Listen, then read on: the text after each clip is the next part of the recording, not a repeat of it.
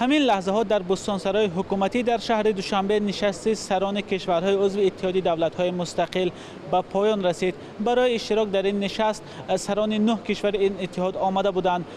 تاجیکستان در این نشست ریاست دورگی اتحادیه دولت‌های مستقل را به ترکمنستان سپارید.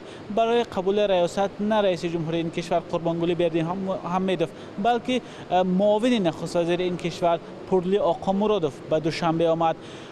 پورلی آقامرادوف به هنگام قبول ریاست از همه کشورهای عضو اتحاد سپاسگزاری کرد که از این تصمیم پشتیبانی کردند و سران کشورهای عضو اتحادیه دولت‌های مستقل در دوشنبه 16 مسئله را بررسی کردند و از روی آن سازشنامه‌های به امضا رساندند. سرگئی لبیدوف رئیس کاتبات اتحادیه دولت‌های مستقل ریاست یک ساله تاجیکستان به این سازمان را موفقانه خواند و گفت امیدوار است که همکاری‌های اعضایان این سازمان در سال آینده و تحت ریاست ترکمنستان باز هم رشد و انکشاف خواهند یافت.